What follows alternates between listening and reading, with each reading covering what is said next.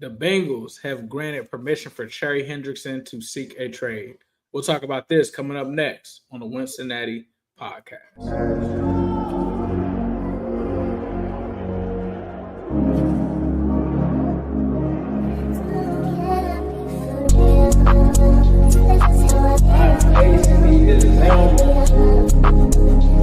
It's an exciting time to be a Bengals fan.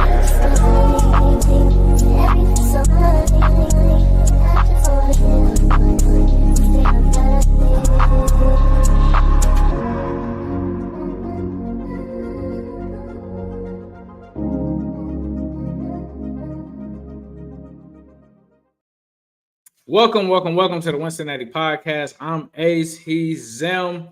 Emergency podcast going on right now. If you guys are tuning in, we're live right now on YouTube. I suggest you come over there to YouTube because as we're streaming right now on Twitter, we will be cutting the show over to strictly YouTube during the show. So if I were you guys, I would head over there now because if you're watching through Twitter, we will simultaneously cut this off and move over to YouTube. But we will at least start the conversation off. Partner, we just got the tweet notification about almost a half an hour ago. Trey Hendrickson is seeking a trade. The thing that has changed is the Bengals are now willing to work with him to let him go out and find a trade partner to kind of essentially grant him his wish. What were your thoughts when you saw that notification come through? It's crazy because people will see on Twitter, I had just got the details on the Crosby. I was really reading through the Crosby contract. And when I look at the Crosby contract, I was looking at it. It was saying that he, like when you go look through it, there was no signing bonus. That really stuck out to me. And then when the initial reports came out of the 33 or whatever, when you really go look at the whole life of it, it's really 29, right?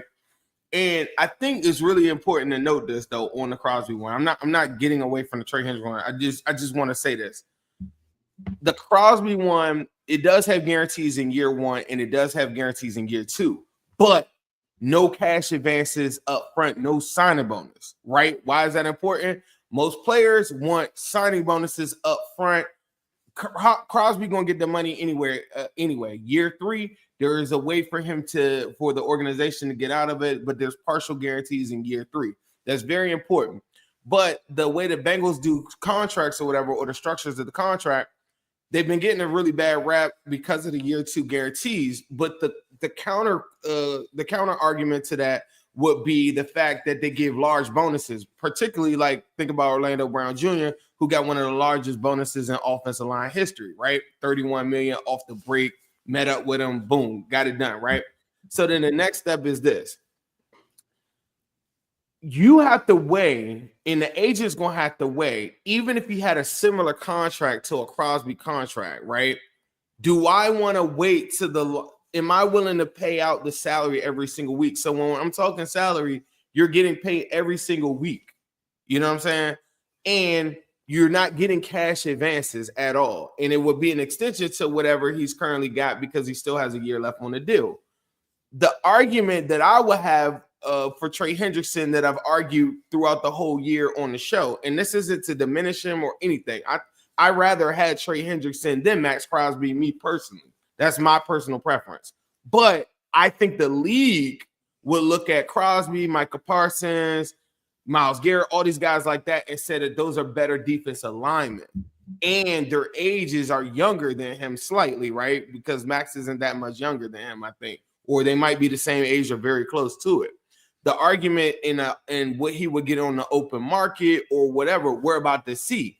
Matthew Stafford had a similar situation to this about 2 weeks ago or so. You saw even the Lamar Jackson one, which isn't a fair comparison because that was the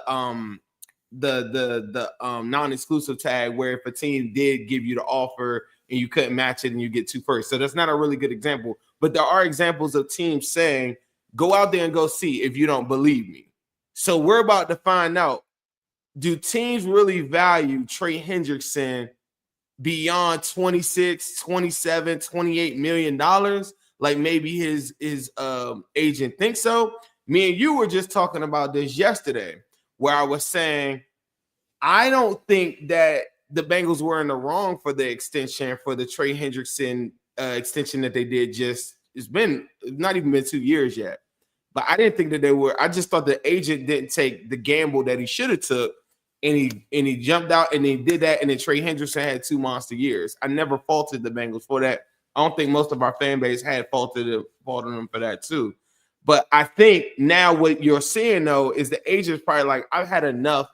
Yeah, okay, y'all got me the first time. I bet you I can go get more right now. I don't know. I don't know what the market will look like. And me and you were just talking pre show about the potential of a desperate team. The only thing that I would say about that, it kind of reminds me of the wide receiver market last year, or I'm sorry, the draft, where you got this draft that's full of edge rushers. So if I'm hold on 1 second, Zim. So we are 5 minutes in, guys. We are shifting over to YouTube fully. So if you guys are following on Twitter, make sure that you go over to YouTube and continue the conversation over there, because we will be live on the rest for this show on YouTube. Thank you guys so much. Go ahead, Zim. Yeah, so that's the one thing I would argue is the team desperate enough? I don't think any team's probably giving beyond a second-round pick for a guy that's 30 years old, if I'm being honest. Me, I value Trey Hendrickson more. I'm a Bengals fan, but if I'm being honest, a second-round pick. Is that team willing to give up a second-round pick and guarantee 3 years and guarantee 300, you know what I'm saying, like $30-something million per? Maybe a team looking to make a splash, a team that has a lot of cash space, maybe somebody that has cash advances up front. I just don't see a team giving up a first for him. And that would be my main one, where I think the Bengals are probably like, all right, yeah, go see your market, but they still have to meet because Trey Hendrickson is still under contract. So he doesn't really have leverage in the sense to say, I can say yes or no. He could threaten to retire, which I would hate, you know what I'm saying? But if the Bengals don't get adequate compensation, what do you do? Yeah, I think now the circumstances are Trey gets to see what his market is. Trey gets to see, his agent gets the permission to see if there's a market out there for him, which is almost kind of like in kind of a crazy situation. It's kind of like his own kind of free agency in a sense, even though they'd have to give up something to get him. He's now entering this market that had Chase Young and some guys there. So I think he would be the top guy on the market, even with Joey Bosa getting cut. I think that he would be looked at as better than him. But it's really going to be, where does he want to go? Where does this team need to be? Like, is he going to assume that it's going to be a contender? Because beggars really can't be choosers in this situation. The Bengals, I feel like, given their history, they're probably going to work with him. They have a good relationship with Trey Hendrickson. So I'm not sure if compensation is going to be major. And this is just going based off of what the Bengals have done. Now, with Carson Palmer, that was a different situation. That relationship was ruined. They were trying to get the best that they could out of that situation. But I kind of look at this as probably similar to an Ocho Cinco situation.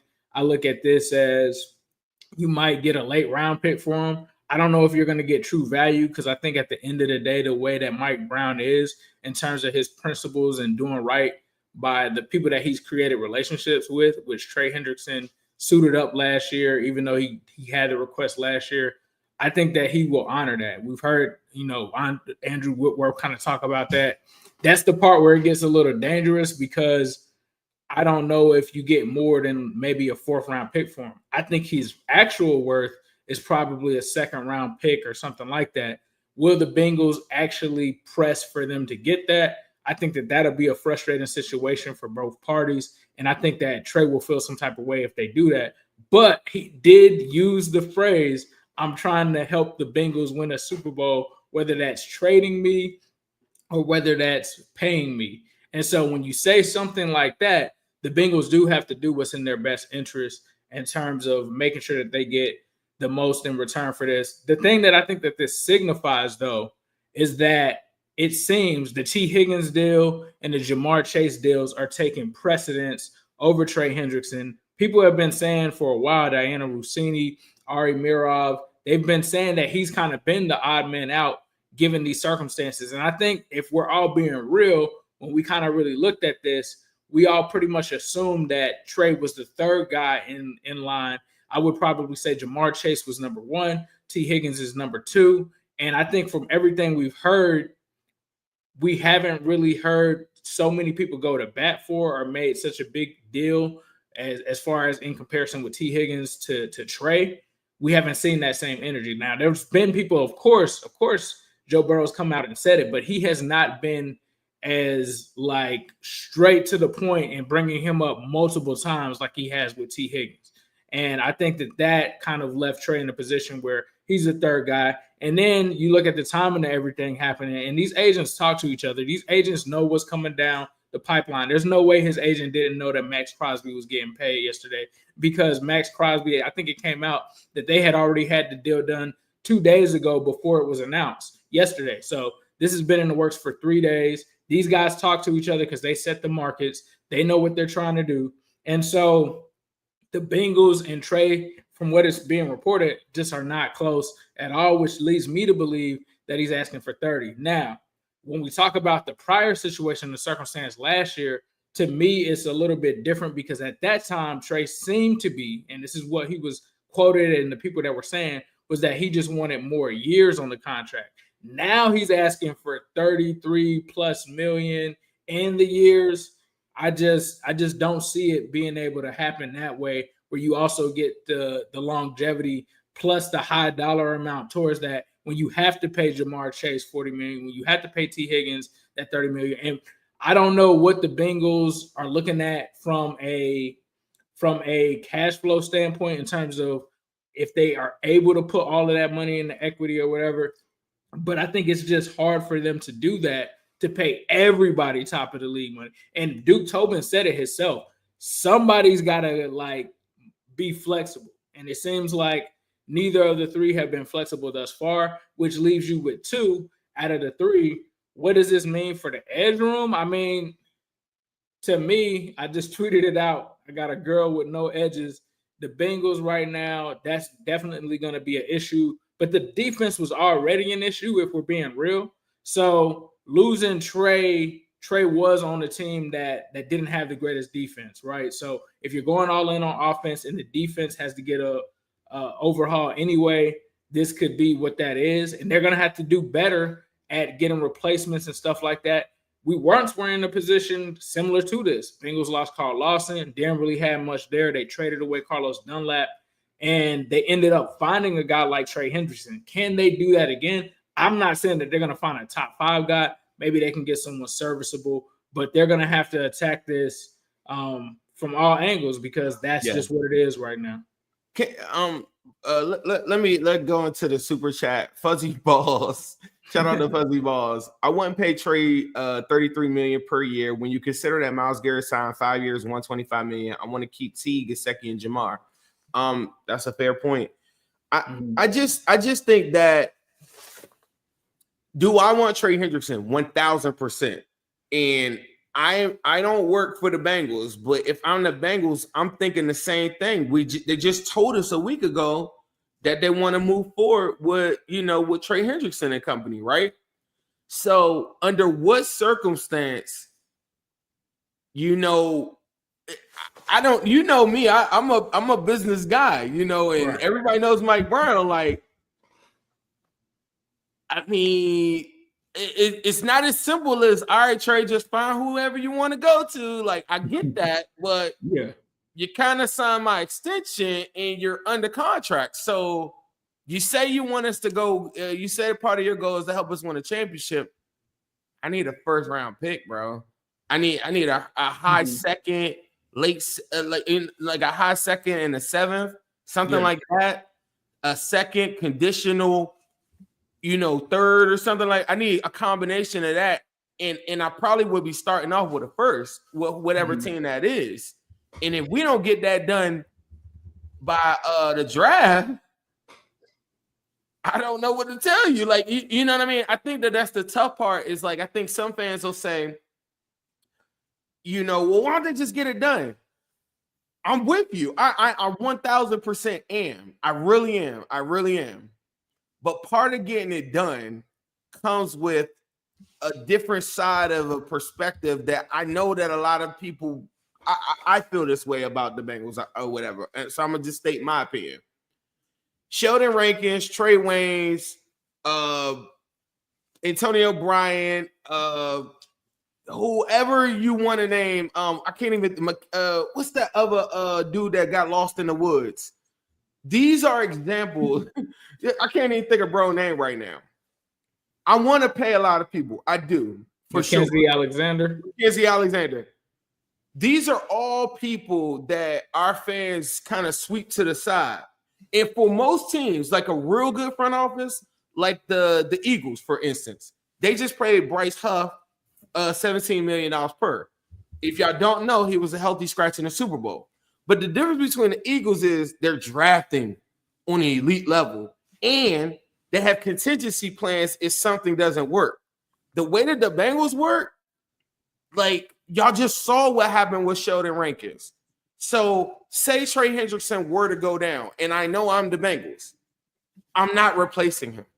And so y'all better figure it out. You see what I'm saying? Like, I'm the Bengals. I don't move like that. Like, all right, I'll sign you to your 2-year, 3-year guarantees. I'm not replacing them. I don't care because our business model and the way that this is saying is we spent X amount of money on this dude, and this is what it is, and this is how much we're going to pay him, and he got to work out. Whereas, and I know that signing up as a Bengal fan, thinking that they're going to do what the Eagles going to do, or Howie Roseman or Jeff Bezos is going to come around the corner, to me is not delusion, but it's so far from what you know. Like, you know that that's not going to happen. I think the Bengals could make that deal happen, but I think they know what I know is that if anything happened, if he fell off a cliff, they're not going to replace him with nobody. And I hate that. And that's why everything that they do, including the Sheldon Rankins deal that just happened, you could scoff at the Sheldon Rankins deal all you want, but that is an example of a deal that was done in the open market where everybody had a chance to get him. The Bengals outbid all those other people, and Sheldon Rankins went with the Bengals. Had they given him guarantees in the second year of their contract, we would be sitting there looking stupid as hell right now, saying we got to pay Sheldon Rankins for year 2. We paid him $14 million, and he played 7 games. And then and then what happened when he got hurt? Did they replace him with anybody? Did they trade for Calais Campbell? Did they go get anybody? They didn't. And we were sitting there with a hurt roster playing J2 Fele. And that's the way the Bengals is going to go when they do spend money. They gave a dude, it was $20 million. And they got out of it because of the injury thing or whatever. But they're not going to do anything if that guy doesn't work out. And that's the caveat to the Bengals paying anybody. And so when they give guarantees, it's got to hit. And I hate that it's that way, but that's the way that in the Steelers, the Packers, they are the same way. Their fans will tell you the exact same way. They're not paying anybody major money in the open market. And when they do, they better hit because we're not supplementing it with something else. And that is the other thing with Trey. I think when he goes out there and sees those and he goes and sees his market, there might be another conversation. But Ace is right. There might be another team that says, yeah, we'll pay him 30, like a bum team, like a Cardinals or something like that just says, yeah, we'll pay him whatever he wants. Like, we don't care. Wow. But the caveat is they gotta give us compensation too, though. So I don't know. So catching things up, it's funny because you said this before the show. Jordan Schultz is reporting that Trey Hendrickson traveled today to Cincinnati and met with members of the organization and made it clear he'd be appreciative if they grant him permission to stick a trade, which they finally did after 2 years of failed negotiations. The Commanders are among several teams who would be interested in trading for him per sources. And for people that need to know, like, we're talking about this compensation, these are some of the most recent kind of edge rusher picks for premium edge rushers that have come through. So the Panthers traded Burns, who was a first rounder in 2024, for a second round pick and a 5th. Khalil Mack, though, when this trade happened, the Bears gave up 2 first-round picks, a 3rd-round pick, and a 6th-round pick, and a 2nd-round pick, and a conditional 5th-round pick. So that was a lot to give up for an edge rusher at the time. The last one that has been the closest as well was Montez Sweat. He was traded in exchange for a second round pick, but at the time, the Commanders were kind of in rebuild mode when they were doing that. So it's not far fetched to say, or for the Bengals to say, given the circumstances of everything that's going on, hey, we might need close to a late first, early second should be doable. So we'll see. We'll see what it is. I see somebody saying Khalil was in his prime. Trey Hendrickson is in his prime right now. How long is he going to stay in it? That's debatable, but I mean, 17 and a half sacks back-to-back seasons will indicate to me that he's still in his prime at this level. So I think the Bengals have to get the most that they can for him. But this situation is going to be very interesting to see how they kind of weather the storm with how things are going. Logan Wilson and some of the defensive players have kind of tweeted out certain things, certain emojis. BJ Hill has as well. Seems like everybody is somewhat stunned by this, but it's not really surprising because Trey has kind of said this entire offseason, that that's going to be what it was. They were either going to try to make a deal happen or he will request a trade. So here we are. What do you think this Bengals defense looks like without Trey Hendrickson? Like, I know you've kind of talked about plans in the past, like ways that the Bengals could move past this. Like, if you're GM Duke Tobin and you're granted, let's just say, a second round pick for Trey Hendrickson, let's give him that fifth that you said that you wanted as well. Right. What is your plan for going into free agency and attacking this to try to supplement that loss? You go get a guy like Kuntz who's coming off an injury that's showing you that he can ball out, but kind of like in a Cheeto Bay or Wuzier mode. You go get a guy like that. You then go get another guy like a Ojulari or somebody, or bring back what's bro on the team right now? Joseph Osai. Yeah, Osai.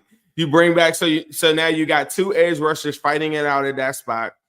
You have a second round pick, so you got two second round picks. The first round pick or one of those second round picks has got to be another edge rusher, right? And then you still got Miles Murphy. So now you got four competent edge rushers that you believe in. And then you let them duke it out. And then the defensive interior is still the same plan as always been to me. I still feel like they had to draft a defensive interior between rounds 1 and 2 anyway. I really feel like they needed a premium interior defensive lineman anyway.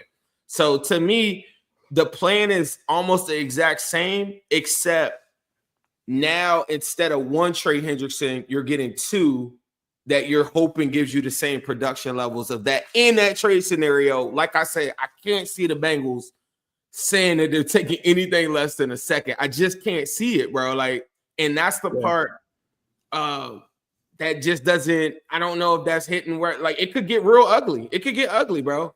Like, I mean, he could threaten retirement. I just don't think that the Bengals are going to give him an offer. I think it'll get ugly, and the info will come out, and the info won't be as bad as what people think as far as the offer goes. But the argument will always be, in the open market, Trey would get way more. Duh. That's the way NFL works. All players are trying to get to the open market so that they can maximize their value. But he's not on the open market. And that's just the way that this goes. We were talking about, I was talking to somebody about T. Higgins, and they was like, I can't believe the Bengals is doing this. And in my mind, I was like, so you think the Bengals the only team that ever tagged somebody? It was like, nah, like people tag them all the time. So I was like, what's the difference with the Bengals? They're like, because he had a chance to do it. But I'm like, they could have tagged him last year, right? And he was like, yeah. And I'm like, yeah, they should have tagged him. But there was half our fan base was split at the time. Mm-hmm. Joe Burrow at the time didn't come out and say, I want this guy to be on my team. This is pre that. So you had a whole bunch of people that say, yeah, like T. Higgins, he don't really play that much. Mind you, he's only played 54% of the snaps since 2023, right? So you had that. And then you had the fact that he was coming off the worst season of his career. So the Bengals put the tag on and tried to do whatever, and they couldn't get the deal done, right? It didn't even get that far, is what they're saying now. I disagree.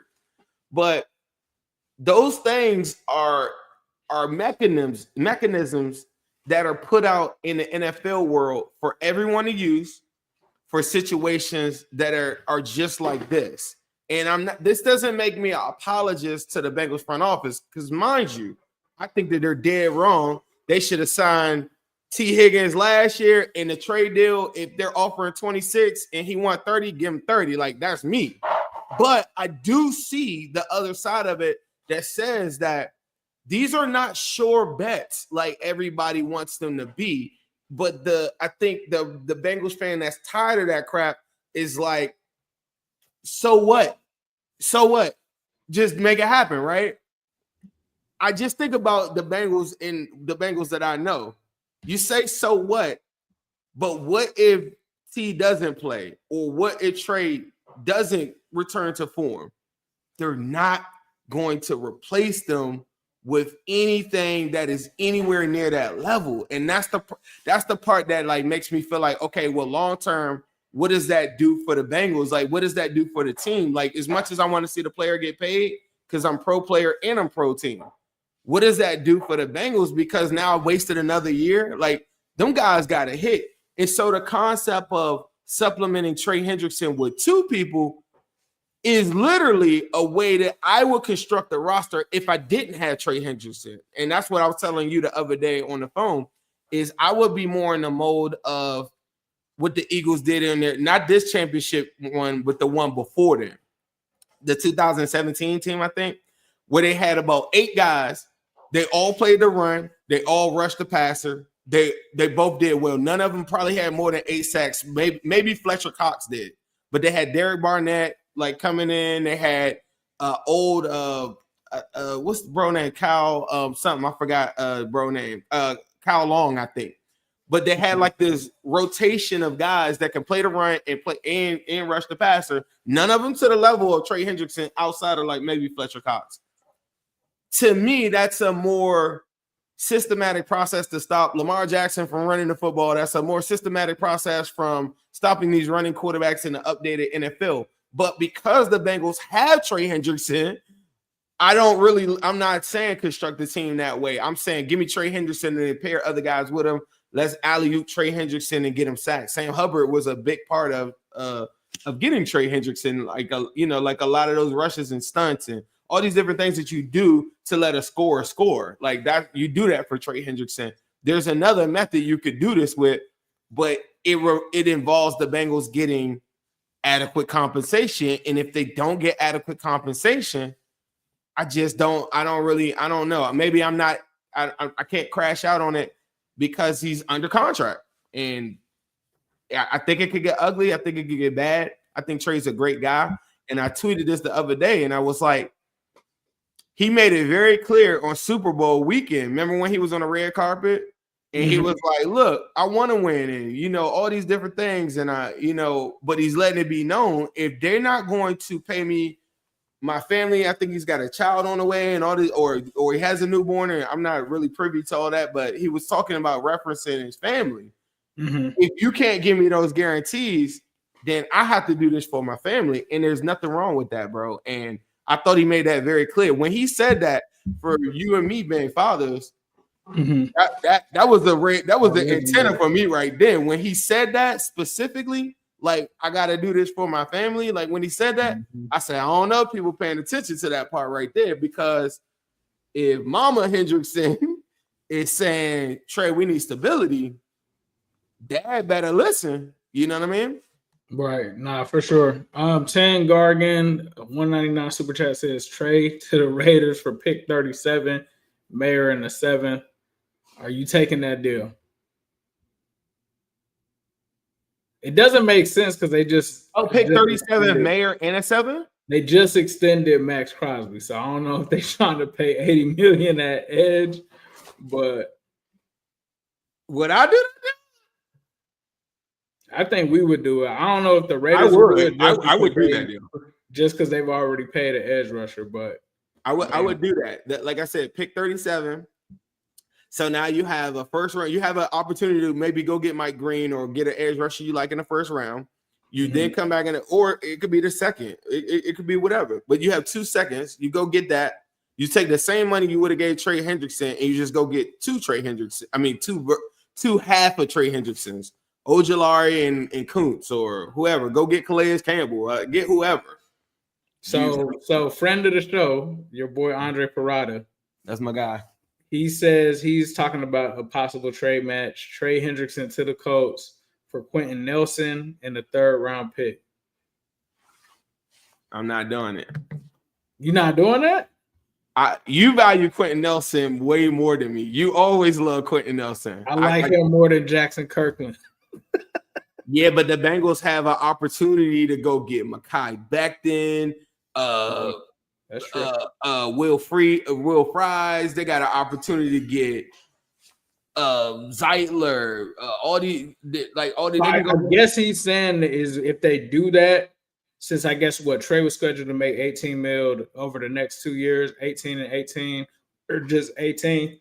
He's saying that Quentin Nelson got 2 years left on this deal, 16.5 million for the first year, 18 million for the next year.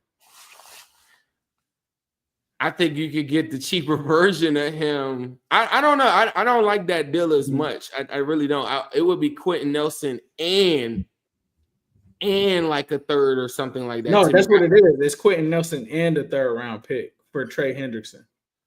It's not bad. The only thing that's throwing me off is that you got guards in the draft that I do like Ratliff. You see what I'm saying? Like, this is the conversation that the other team will have about Trey too. Yeah. It's like, in my mind, somebody in the comments will say, yeah, Mike Green, right? I don't think he's Trey Hendrickson out the gate. I think he's a dog. I think you know what I'm saying? Mm-hmm. This is nasty, man. They posting all of Trey Hendrickson stats. Number 3 in pressure percentage, number 1 in sacks and sack percentage, number 3 in pass rush win rate, number 7 in pressure percentage the year before, number 2 in sacks, and number 1 in sack percentage, number 11 in pass rush win rate. Has not missed a game / a start in the past 2 seasons. He played 72.5% of the snaps in 2024. 67.8% snaps in 23. Hey, look, let me ask you a question. Yeah. It never should come down to this. It should be both. It should be both. I remember when people first started saying, who you want, Trey or T? I'm going to ask you that again today on March 6th. Who would you rather have, Trey Hendrickson or T? Come on, man. Y'all know I'm team T. Higgins. He's a younger player. He's 26 years old. And that's not to say Trey isn't an all-pro, because he is. But I made the decision a couple years ago after we drafted Burrow, and I didn't expect Trey Hendrickson to be a guy that could be gone, but I did see the DJ Reader stuff. I kind of saw the writing on the wall. It's an offensive league now, and that's not to say that you can just get away with nothing on defense, because you have to be great drafting. You got to be great supplementing those losses that you have. But I'm going to go with Burrow. If it's either Burrow loses one of his guys, or our defense that I'm not really ecstatic about loses one of their guys, I'm going to let the defense lose one of those guys and try to figure out how to do it. And here's the thing. We just saw the number one. It's kind of crazy, because it kind of leaves you in a situation where you got the best of both worlds really on both sides. The offense was the number one passing offense in the league. Trey Hendrickson had his best potential defensive player of the year kind of year, and the Bengals still didn't make the playoffs, but the defense was bad. The offense was still good.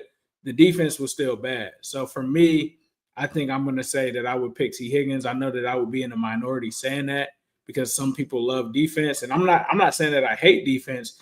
I just think that you're not the Cleveland Browns. Like, you have a quarterback on your team, you have wide receivers. That's a team that really invested heavily on defense.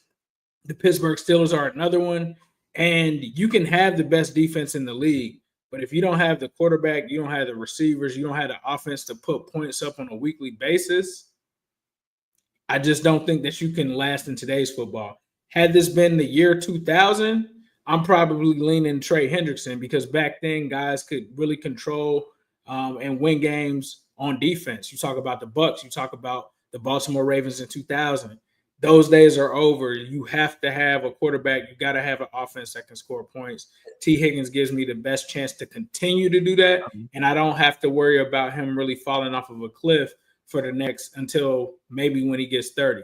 Chris Tucker says salty about the Trey news, but if the trade happens, we better get some high value draft picks. Trey is our dog. Pete Crawley, shout out to Pete Crawley, always a big time member in the show. Pretty sad the Bengals front office don't care about winning as much as the fans. Window just keeps sliding down, and front office needs to make drastic changes and moves. Appreciate that super chat. They gotta go after Joey Bosa or something like this after this. Joey Bosa came. I have another question for you too, because Joey Bosa is he like injury riddled? Is he just never? Yes, okay. yes, a lot. A lot. I think he's still like a 7-8 sack guy, but wow, that's nasty. But I mean, he's injured a lot, and I don't know. He has flashes. He has some really good reps in the playoffs and stuff. Fuzzy Balls with another one says we have the offense exactly the way Joe wants it, except O-line with the weapon Joe wants. Joe is the franchise. They have to keep 9 happy. Don't forget, 9 also wanted Trey Hendrickson. Can I say this? I think a lot of people have a tendency to go heavy in favor of player in these situations, right? But let me ask you this, and this is probably like a 2-part question. The first part of the question, just real quick, and I'm gonna reiterate this, do you think Trey Hendrickson should be paid the same or more than Maxx Crosby? Yes or no? To be honest, I'm not sure how much guarantees percentage in terms of what Maxx Crosby just on an annual basis. On an annual basis, Maxx Crosby is paid 29 point. The deals on it, the contract details came out today. If we're just taking the Bengals out of it, yes, I think he deserves, and I don't think he's going to get a long-term deal. I think it's going to be like a 3-year deal, something like that. Yeah, but just real quick, there's a method to my madness. Okay. So you say yeah. The average, I think the average NFL enthusiast would say no. And the reason why I say that is because of the run defense in support of it, and Trey slightly being, you know what I'm saying? Like Trey is kind of known around the league through a lot of people as purely just a pass rusher. I don't think that he's a liability in run defense. I just don't think overall he's the same player as Myles Garrett and Crosby. But I think Trey Hendrickson is the best rusher in football. So that's how I feel about it.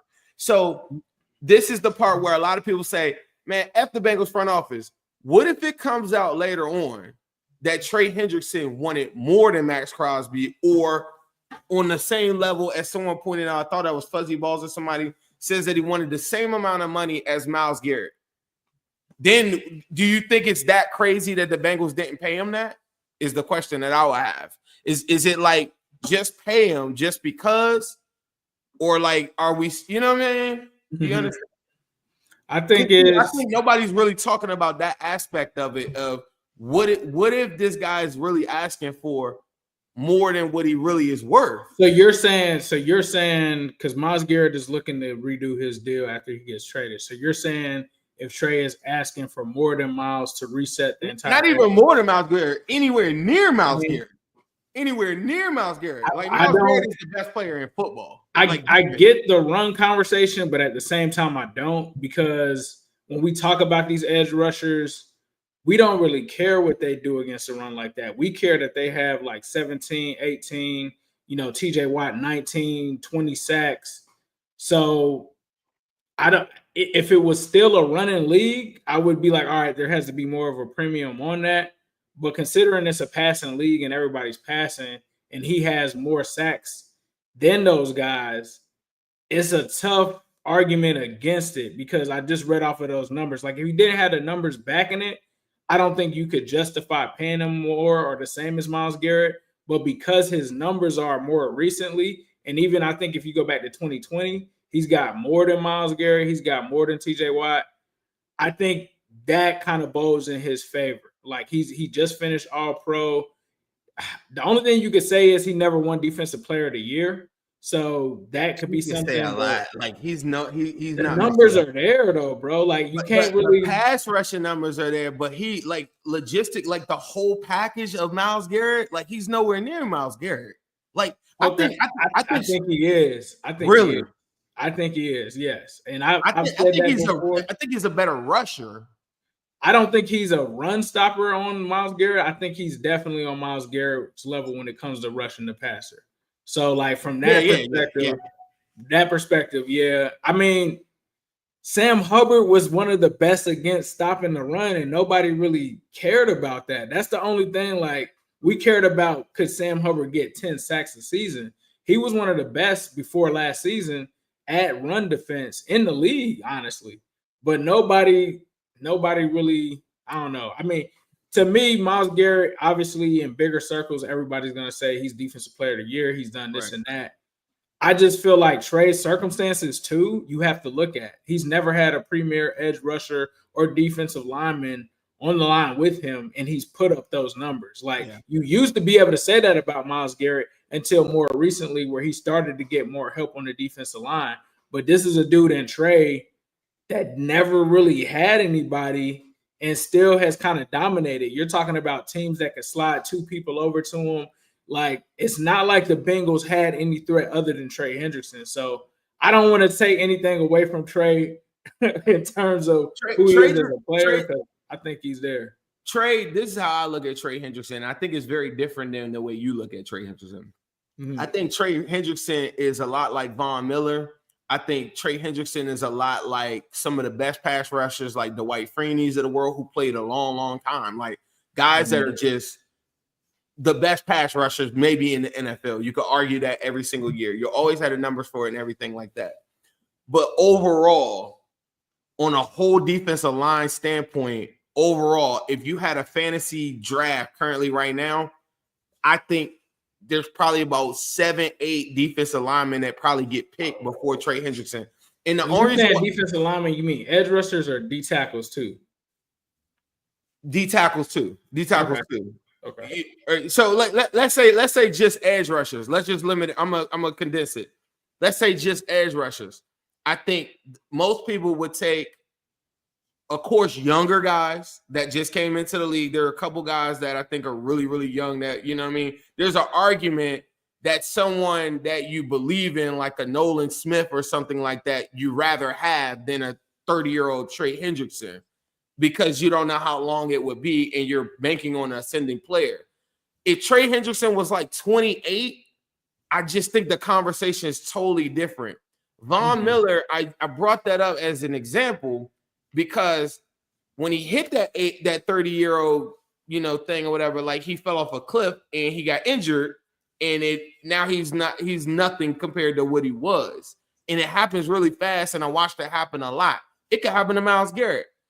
My overall point is that I think Trey Hendrickson, I would pay him top level money, 30 mil per or whatever. I would. I think he's like that. I think he's a dog. But I just don't think that a lot of teams are willing to pay that price point. And so how we started to show off, remember, the Bengals just gave him permission to go test the market out. I do think there might be a team that isn't really that good. Remember, when he said what he wanted, it had nothing to do with him winning the Super Bowl. It was the Bengals winning the Super Bowl. So if the Cardinals, the Commanders, or anybody like that is giving him more money for his family, he might take it. I just worry about the compensation that those teams will be willing to give someone who's at that age, 30 years old in 91 days. He turns 31 in December. Right. I just worry about what is the compensation that a team would give someone like that. If it's Myles Garrett, the conversation is different. The conversation starts with 2 firsts. If it's Maxx Crosby, the conversation starts with 2 firsts because of all of the things and the intangibles and the other things outside of just being an elite pass rusher come with it. And those are the conversations that happen. And I think everybody should, pause for a second on some of this. I think the Bengals should knock this deal out, or they should have knocked the deal out, and they failed miserably. But at the same time, if it comes out that Trey Hendrickson is saying he wants to get paid more than Maxx Crosby, Myles Garrett, all these people like that, I think that that's kind of crazy to me. I do think that that's kind of crazy. That's what I would say to that part, and I think that people need to weigh that part in too. All right. One thing that I'm saying, you talked about the winning teams, right? I'm being like, okay, Trey, you want to go? What's up with the Titans, bro? You want to play for the Titans? Like, I'm going at him like, bro, if it's more about money, whoever can give me the most, then that I'm trying to trade this man to some of to see if it's really about money. If it's really about money, do you want me to trade you to the New York Giants? Like, do you want to go to some of these teams where there's not, and that can work in the Bengals' favor, where it's like, all right, we can trade you over there. You can get paid and all of that over there, but you're going to probably win 3 to 7 games a season if you go over there. But you got your future secured over there. So, but I can't see this. I can see a team like the Lions, who Aiden Hutchinson coming off a season-ending injury, and a team with like the Commanders that do have hella cap space because they got a quarterback on a rookie deal. I could see a team like that coming to them with a big offer, right? That might exceed what the Bengals are talking about. The problem that I keep on running into is, what is a top team like that going to give the Bengals? You see what I'm saying? Like, teams don't like us anyway. They don't like Mike Brown. Like, their ownership group's like, you think a team is going to be like, all right, bet, here y'all go. Here go a second, and we're going to just give Trey top of the level money too? Like, I could only see a bad team doing that. Panthers, Cardinals, Titans. I'm like, yeah, bro, we got some deals in here. The Browns want you. What if the Browns want? Nah, we not doing that. Nah. You not doing that? Hell no. You not trading them to Cleveland? Hell no. They not doing no work. They not doing no work. What if they offer you a late first or something? Say they move back. Hell no. We taxing brownies. Hell no. I'm Mike Brown. I hate the Browns. I'm taxing them. Hell no. They have a need, bro. They have a need. Bro, think I'm about to go to Cleveland and watch Trey Hendrickson sack Joe Burrow? Hell no. Hell no. No way. What? Even if it's the best deal on the table? No, I'm taking the second best deal on the table if it's the Browns. Okay. That's what they would do with us?